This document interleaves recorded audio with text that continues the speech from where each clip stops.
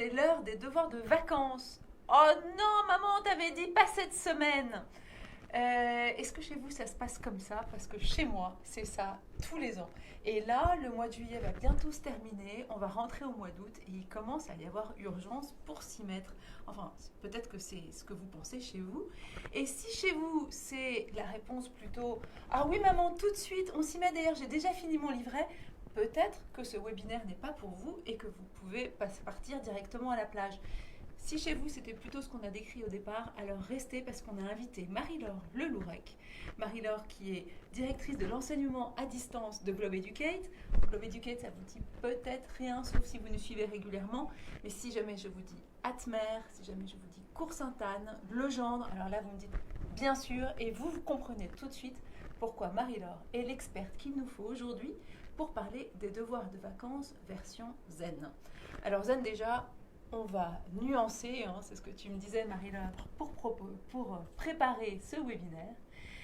On va voir ça tout de suite. Juste avant, petit mode d'emploi, vous vous souvenez que vous pouvez voir ce webinaire en direct, poser vos questions et qu'on est là pour vous y répondre. On retransmettra vos questions.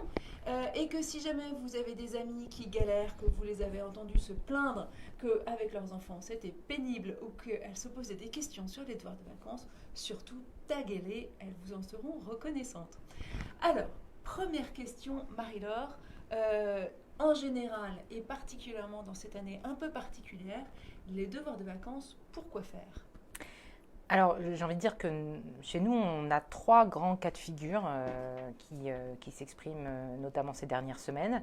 Alors, le premier grand cas de figure, c'est celui qui est tout à fait dédié à nos cours de révision, nous, ce qu'on appelle des cours de révision Atmer Academy, qui est le cas de la famille qui va inscrire son enfant dans notre établissement présentiel ou d'enseignement à distance et qui donc peut-être a besoin de préparer son enfant à cette entrée parce que comme les programmes de Atmer Academy et d'Atmer présentiel sont un peu plus élevés que dans l'éducation nationale, parfois il faut bien évidemment produire un effort pour être en capacité, en sérénité pour l'année suivante. Donc c'est ce qui arrive, donc c'est l'idée, ça peut être de préparer l'arrivée dans un établissement présentiel, que ce soit chez Atmer ou d'ailleurs dans un lycée dans un lycée de la EFE dont on sait que le niveau est particulièrement élevé, ou effectivement pour se dire qu'on prépare son enfant à un nouvel établissement. Donc ça c'est le premier grand cas de figure. Deuxième grand cas de figure, sont aussi des enfants qui sont en demande.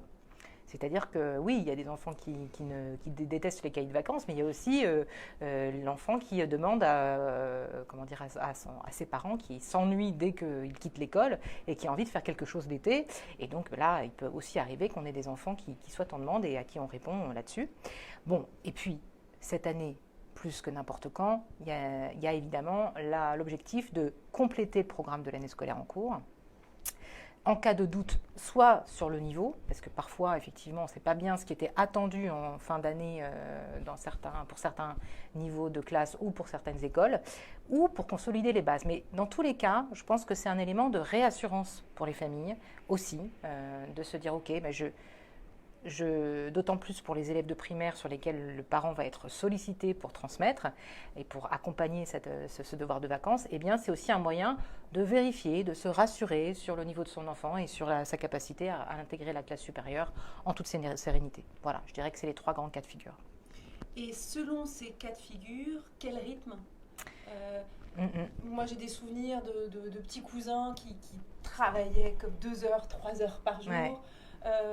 D'autres, 10 minutes, c'était bâclé sur un coin de table. Qu'est-ce qui te semble légitime?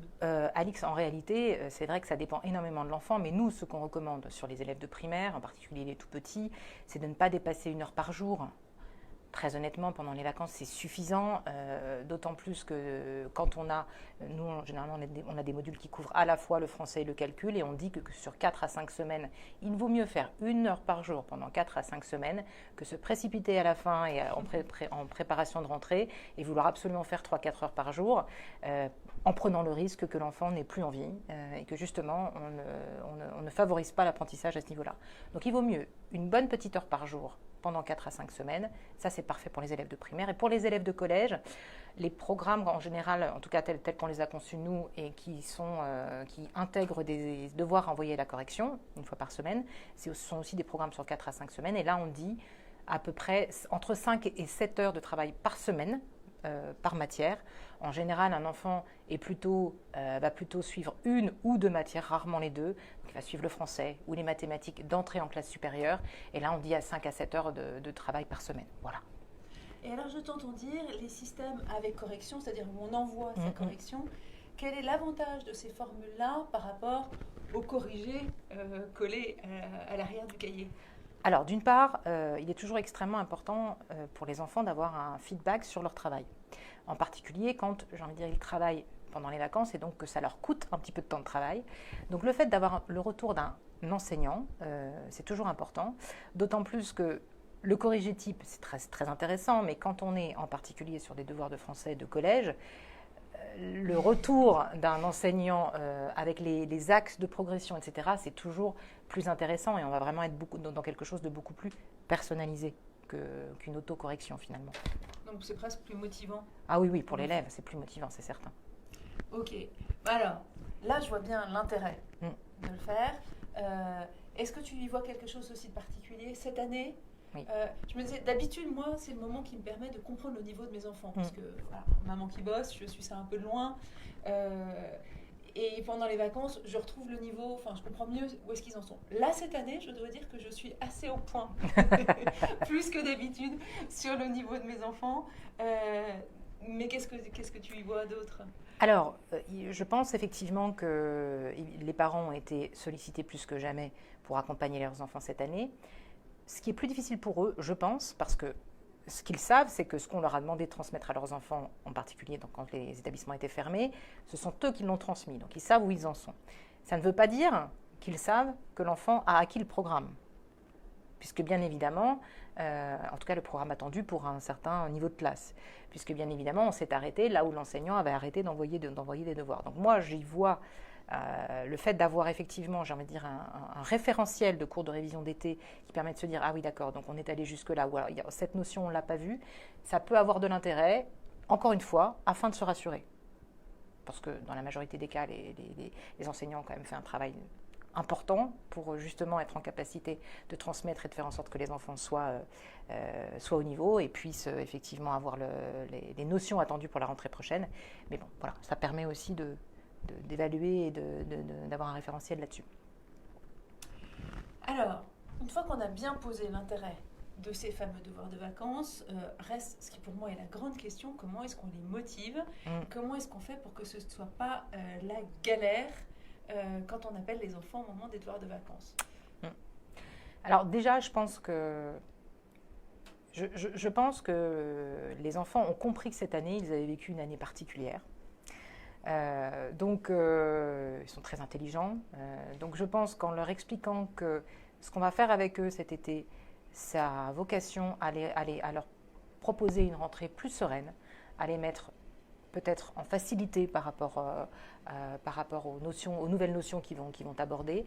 Je pense que c'est un message qu'ils peuvent entendre. Ils ont besoin d'être rassurés aussi, les enfants, et de ce point de vue, ils peuvent avoir envie aussi finalement de se dire, ok, ça a été un peu particulier, donc voilà. Après, instaurer un rituel aussi, c'est-à-dire expliquer comment ça va se passer pendant quelques semaines. Voilà comment on va le faire. Ça ne va être que 1 heure par jour. Ça t'en laisse, allez, si on enlève, j'ai envie de dire, les heures de coucher, ça t'en laisse 15 pour faire absolument tout ce que tu veux. Je pense que c'est un message qu'un enfant peut entendre également. Et puis, effectivement, vis-à-vis les enfants peuvent aussi entendre quand ils changent d'établissement, par exemple, parce que j'imagine que ça arrive à certaines familles dans l'auditoire. Quand on change d'établissement, eh bien, c'est toujours un moyen de se dire aussi, bah, écoute, peut-être que dans cette ville et dans ce lycée-là, ou dans cette école-là, il y aura un niveau peut-être un peu plus important. Donc, encore une fois, tu as peut-être besoin, et on a besoin ensemble, de s'assurer que tu auras les bons fondamentaux pour démarrer l'année prochaine. Voilà.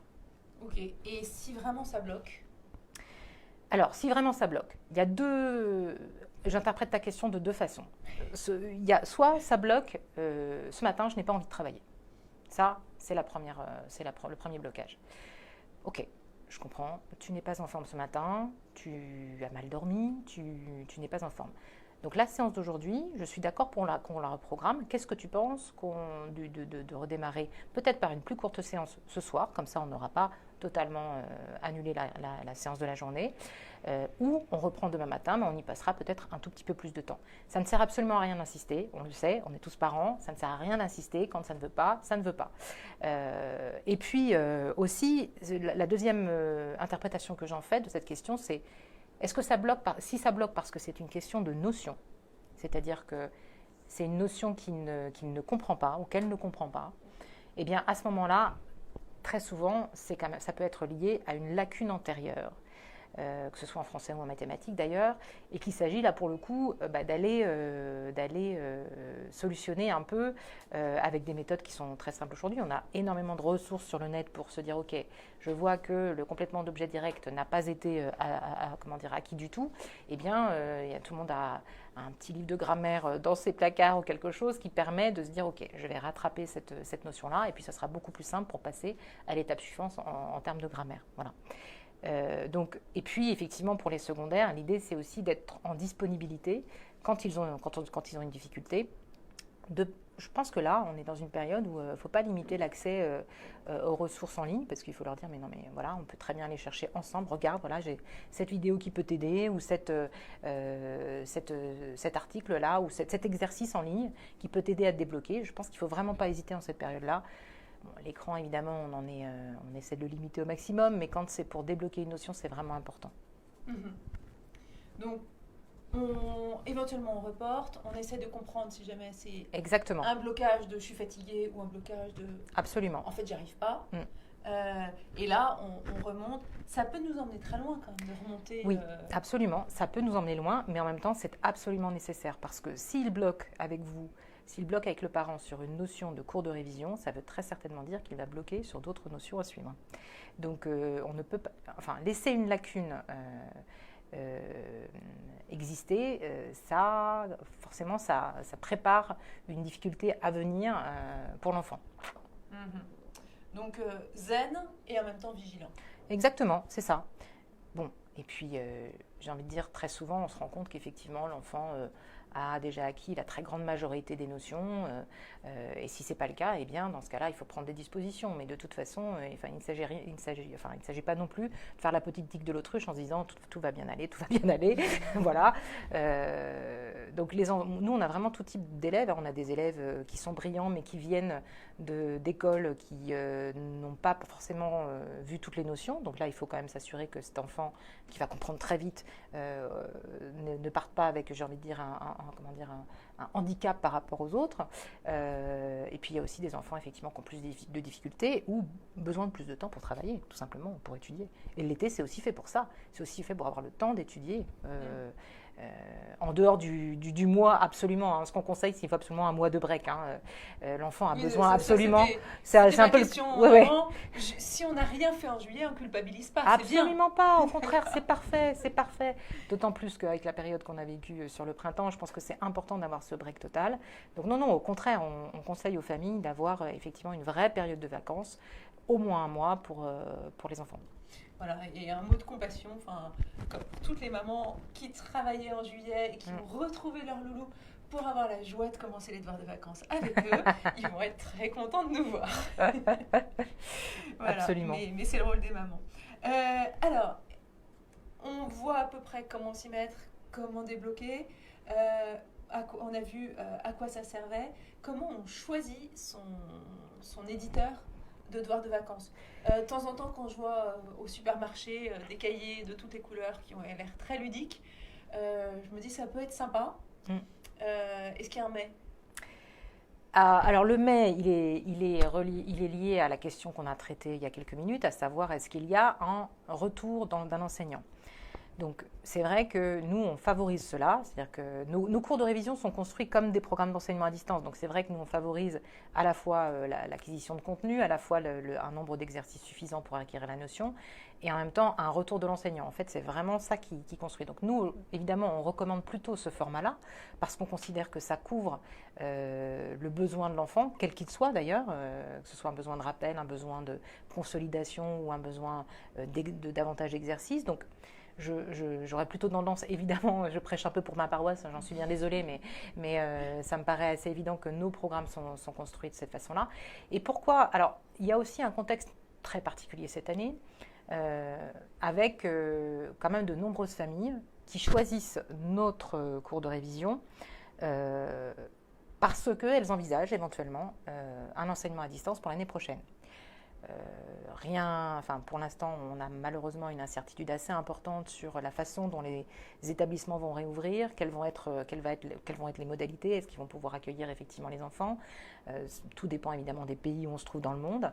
Et donc, il y a des familles qui se posent la question. Et donc, le cours de révision tel que nous, on le propose, ou le cours de vacances, si on veut l'appeler comme ça, est aussi un bon moyen, finalement, de se tester en tant que parent transmetteur.